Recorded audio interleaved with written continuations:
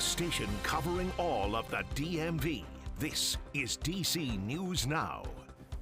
Hi, everyone. You're watching DC News Now at 9. I'm Susan Tran. Hey, good evening. I'm Chris Flanagan. Tonight, a mother begging for answers. It's been 1 year since her daughter was shot and killed in the district, and still no arrests have been made. Tangia Tate's Little was gunned down in Finch Street. This was in Southeast, and it happened last September. DC News Now's Mayoral spoke with the family tonight. And Mayoral, obviously just still devastating for this family. Yeah, I mean, Chris, the family tells me this last year, it's really been agonizing. Police, they originally put out a lookout for 2 men, but 1 year later, no one is in custody. And tonight, her family is begging anyone with information in this case to come forward. It has been hard. It's been rough. 1 year after her daughter was violently murdered outside their home, Linda Tate says she still carries the weight of her death with her every day. I just walk around carrying all this like a load of hurt. You know what I'm saying? It's an undescribable feeling that I have. 40-year-old Tangia Tate's Little was shot to death on September 25th, 2023. A mother to a teenage daughter, her family says she was leaving for work that night when bullets started flying. Tate's heard the gunfire, ran outside, and tried to save her daughter from bleeding to death. I relive this every day. I go to work in the morning, and I could just see it while I'm driving. To date, no arrests have been made, but police say it is an open investigation.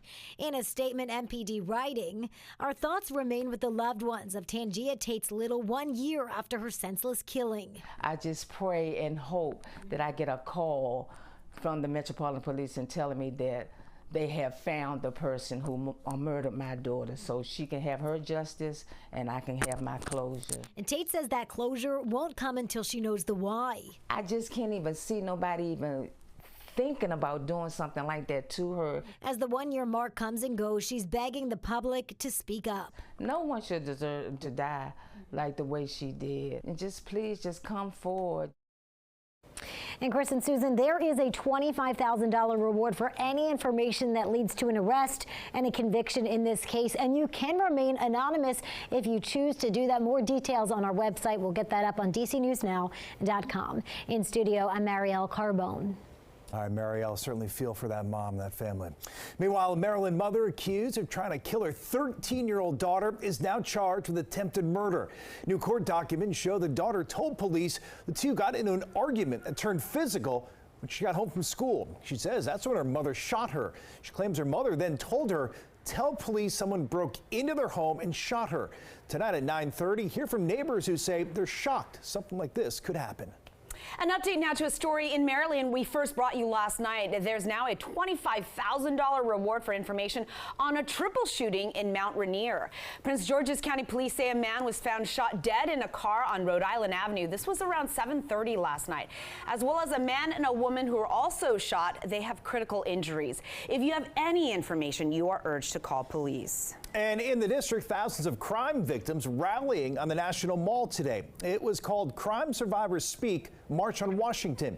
They want to expand support for survivors and their families. One crime survivor says what happened to her should not happen to anyone else. What I want most is that what happened to me to never happen to anyone else. I also want what happened to the victims I work with every single day to never happen again. In addition to the march and rally, that event featured a candlelight vigil, a healing festival, and also meetings with lawmakers.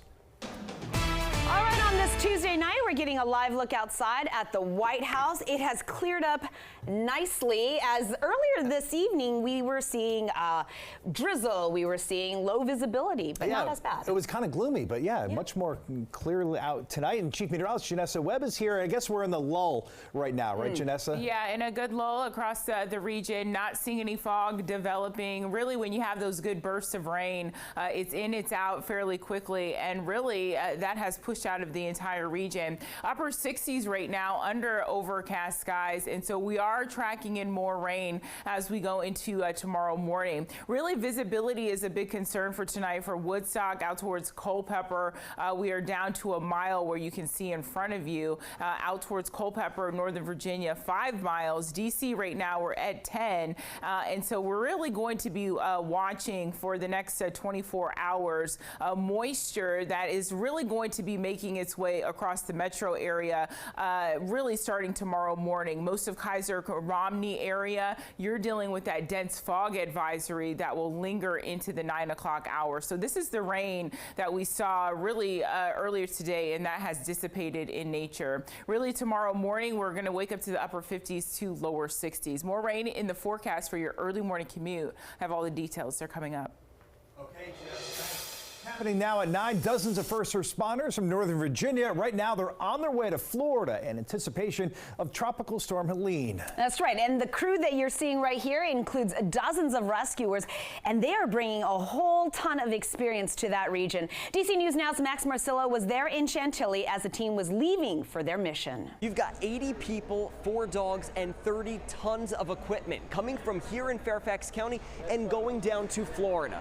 Where in Florida? Well, just before they leave, they still don't know, and what to expect is just as big a mystery. But this crew says they are ready for anything. For the 3rd straight year, Virginia Task Force 1 is heading to the Sunshine State, hardly an appropriate nickname for when they head down south. We don't know what this storm's going to do. As Floridians prepare for Helene, seen here in the Cayman Islands, they're getting assistance from Virginia Task Force 1. It's a FEMA-coordinated trip, and it's sending rescue teams from Fairfax County to the expected damage areas. Among them, a water rescue team and people trained to make rescues in collapsed buildings. It takes 2.5 years to train a dog to do the type of work that he does. Plus a canine unit where the smallest members of the team provide some of the biggest impact. For Vader, Paul Surzan's 6-year-old black lab, it's his 3rd deployment, and while he may have fun, his work could be life-saving. For them, it's just a simple game of hide and go seek. We train them to look for somebody. They give a bark alert when they find somebody, and then they get their toy. As the crew packs up to leave, there are mixed emotions, but a sense of purpose. There's a lot of anxiety, a lot of excitement. We're highly skilled, highly trained individuals. This is like our Super Bowl for us. We train very hard for these moments. It's why people like Jennifer Heiner keep coming back. She's been on about a dozen of these missions. So it's just in our blood that we are ready to help when anybody's in need. So we're eager to get down there. In Chantilly, Max Marcilla, DC News Now. All right, we are continuing to track Tropical Storm Helene as it moves towards the U.S. Janessa will give us a look at the storm's path and its potential to become a major hurricane coming up in her full forecast. All right, it is a huge tourist attraction, the National Mall. It has everything. Monuments, museums, park space aplenty, but it is lacking in public restrooms, which parents say is often their #1 concern during a visit. Now the Park Service is looking to change that. There you have it, a flush for you. There are old restrooms that are scattered between the Lincoln Memorial and the Washington Monument, and then there are stretches where there are none at all. The agency wants to replace aged facilities and add additional restrooms in areas lacking them. And visitors say the current situation is just not convenient. Pretty frustrating because 9 times out of 10 I have to change my child on my lap. Because I'm pregnant right now, so I do have to use the restroom a little bit more often than maybe your average woman. The National Capital Planning Commission first has to approve the project, and it will review the request at its October 3rd meeting. DC News Now is your local election headquarters. More than 100,000 early voters in Virginia have already cast their ballots since Friday. That's a 38% jump compared to the same time in 2020's election. A political science professor at Virginia Tech says it's hard to say if the increase will help Vice President Kamala Harris or former President Donald Trump more in Virginia. Well, I'd say November's a long way away, and that's kind of the same response I give to, do we look at every poll that comes out? Probably not. Probably it's information for now. I'm not sure how far I'd extrapolate it. Early voting in Virginia runs through November 2nd. Election Day, that's November 5th. You can vote early at your local registrar's office. There is a new mayoral candidate in Western Maryland. Whitney Burnett has announced her write-in candidacy for Hagerstown. She says she'll address key community issues like the increase in housing costs and public safety. You can read more on her campaign on dcnewsnow.com or our DC News Now app. Well, Metro is planning a return to self-driving trains by the end of this year. So the whole automated trains, they were taken off 15 years ago.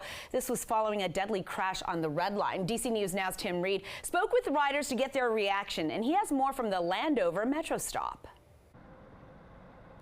Tonight we spoke to several Metro passengers here in Landover, Maryland, who were sharing their reactions about the Metro system changes. What folks think about this really depends on who you talk to.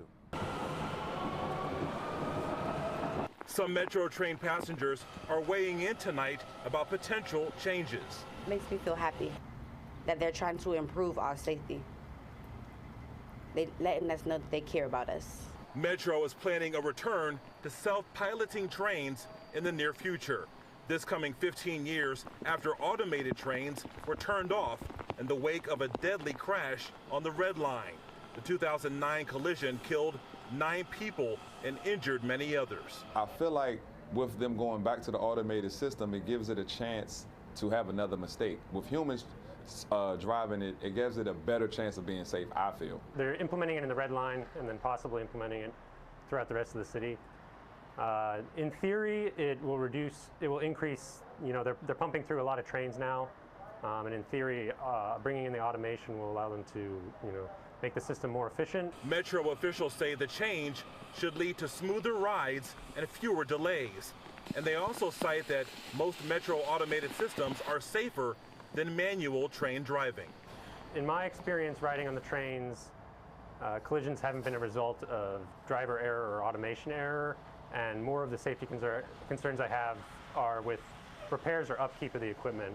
If this project is approved by safety regulators, the shift should begin in December and is expected to be done by the end of summer. In Landover, Maryland tonight, Tim Reed, DC News Now.